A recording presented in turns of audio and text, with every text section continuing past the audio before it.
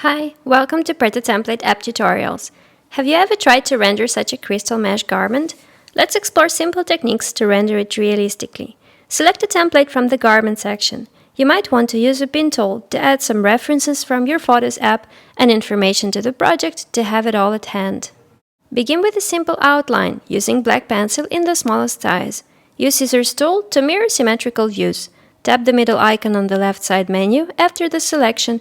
Shift the mirrored copy following the template's outline and press the check mark to apply. Now Patterns tool.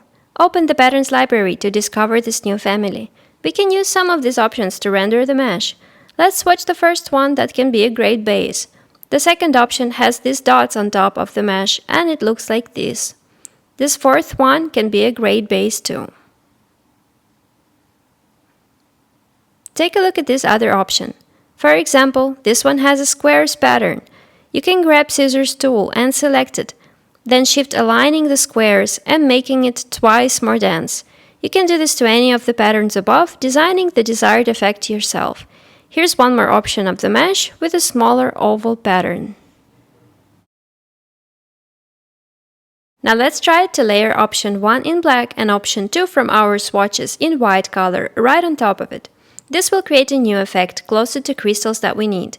Let's shift the pattern on top to make it more dense and apply some color dots to it. That's the simplest way to do it. Now let's add a few steps to a more realistic approach. Make a base mesh and add a layer on top. Apply a second pattern with dots in black. Go over the entire area a few times to make it stronger. Now add a layer and use this same pattern in white color on top. This time use a lighter touch and you'll see a white dot with a black outline if you zoom in, and proceed over the entire area. Add another layer on top and take Ink tool. Here's the magical part. Select colors that match the crystal colors you want to design. In this case, let's apply all the rainbow for white crystals with colorful sparkle effect. Spread them across the skirt, focusing more heavily on the part that's lit. In this case, let's make it left side. Make sure the dot is a bit bigger than the crystal size. Then take a smudge tool and we'll smudge it outwards, kind of like a star.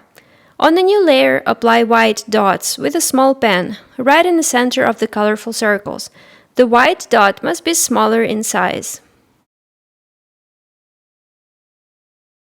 Use this icon to make a copy of this layer and select the copy that's below. Take a smudge tool again and use the swipe motion on some of those white dots too. The reason to have a copy is to make sure the white circle is still strong even if the smudging makes the copy a bit too pale or blurry. Now let's add shadows.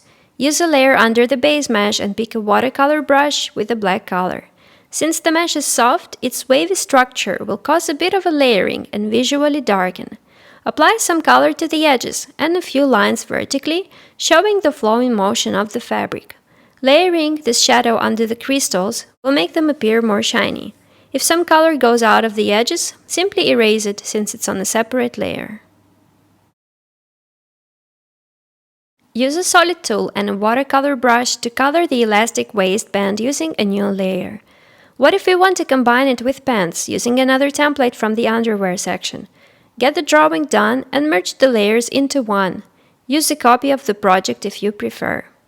Pull the dog tab to split screen with the skirt project. Now hold the layer and drag it onto the layer section of the skirt. Use a pinch motion to size it or just drag it to place it. Let's move this view into place separately. Pick Scissors tool and create a new layer above this one.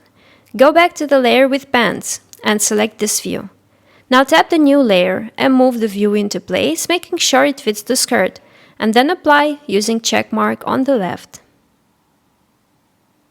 Take the eraser and use the layer with the first copy below to get rid of it. Here's how the final illustration looks. Thank you for watching. We hope this tutorial was interesting and useful.